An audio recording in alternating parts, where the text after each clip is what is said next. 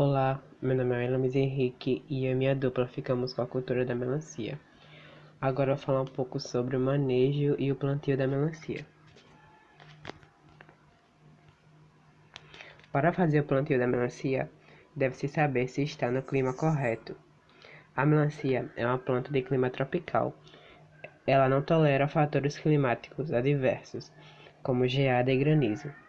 Os principais fatores climáticos que afetam o crescimento e a produção são temperatura, fator período, umidade relativa do ar e ventos.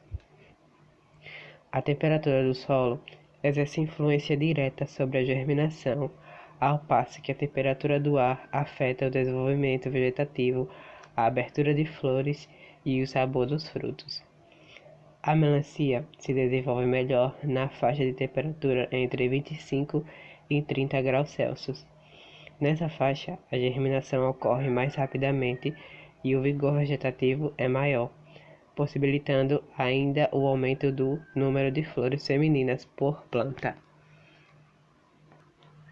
Agora eu vou falar um pouco sobre o espaçamento. O espaçamento deve ser de 2 a 2,5 por 2 metros quadrados. Esse é o espaçamento padrão e tradicional para que a melancia se desenvolva naturalmente e que ela tenha um bom espaço para se desenvolver. Para fazer o plantio, antes deve ser feita a correção do solo, mais conhecido como calagem. O que é a calagem? Aplicar calcário para elevar a saturação por base de 65 a 70%. Essa é a porcentagem boa para fazer o plantio. E o teor do magnésio para, no mínimo, 1,0%. Agora eu vou falar um pouco sobre a adubação. Para o plantio, o adubo deve ser aplicado 20 dias antes do plantio. E para o transplante, deve ser aplicado 15 dias antes. A primeira adubação deve ser orgânica, aproximadamente 10 toneladas por hectare, de esterco bovino curtido.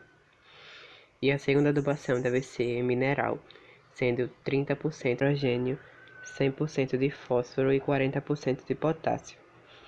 Depois do plantio, é a hora de fazer a adubação de cobertura, que é a aplicação do que sobrou da primeira aplicação mineral, que é 70% de nitrogênio e 60% de potássio. Essa aplicação deve ser dividida em 3 vezes, em intervalo de 20 dias após o plantio. Com essas instruções e adubação, essas servem para a produtividade de 30.000 quilos por hectare. Olá, me chamo Gabriela Silva de Araújo e eu sou da turma de Agroecologia B e eu vou falar sobre alguns tópicos sobre a cultura da melancia.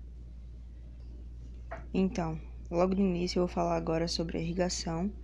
E a irrigação na cultura da melancia, após a plantação da semente, a irrigação deve ser feita diariamente, com pouca água até a germinação da planta.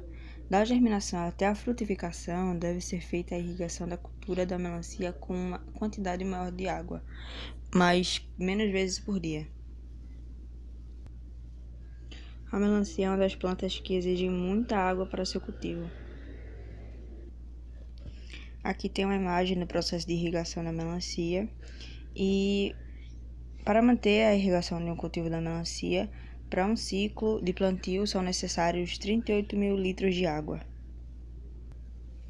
Então, agora eu vou falar sobre esses tópicos aí, que são as pragas da cultura da melancia. Selecionei algumas aí: mosca minadora, pulgões, vaquinhas, mosca branca, tripes, largatas desfolhadoras. Então, agora eu vou começar a falar sobre a mosca minadora, que são moscas pequenas de coloração preta e amarela, que fazem postura no interior das folhas. O prejuízo é causado pelas larvas. Altas populações podem reduzir a produção e chegar a matar as plantas menores. Agora os pulgões. Os pulgões infestam folhas novas, ramos, brotações, inflorescências e sugam a seiva dessas estruturas. Normalmente provocam o encarquilhamento das folhas. São transmissores de viroses e podem ser associados à fumagina, fungo cor preta. recobre as folhas e diminui a fotossíntese das plantas. A utilização de armadilhas pegajosas amarelas podem ajudar no monitoramento do pulgão. Vaquinhas são pequenos besouros que se alimentam das folhas e suas larvas atacam as raízes e podem causar a murcha da planta e até a morte. A mosca branca é um inseto que suga a seiva da planta e ocorre em geral na face inferior das folhas. As formas jovens são inicialmente imóveis e depois se tornam fixas. Os adultos são pequenos com asas brancas. O maior problema ocasionado pelas moscas brancas é a transmissão de viroses, mas também é associada à fumagina devido ao líquido açucarado liberado pelos insetos durante a alimentação. Tripes são insetos pequenos de corpo afilado que atacam folhas mais novas, assim como as flores e frutos. As folhas podem ser prateadas, recurvadas e até ressecar. De difícil controle, também podem transmitir viroses. E por último, as largatas desfolhadoras. Há várias espécies de diferentes tamanhos e coloração. Quando menores, raspam a folha e, à medida que crescem, causam maiores danos. Dependendo da espécie, a pupa pode ocorrer no solo ou na própria folha. Agora eu vou falar um pouco sobre a colheita da melancia.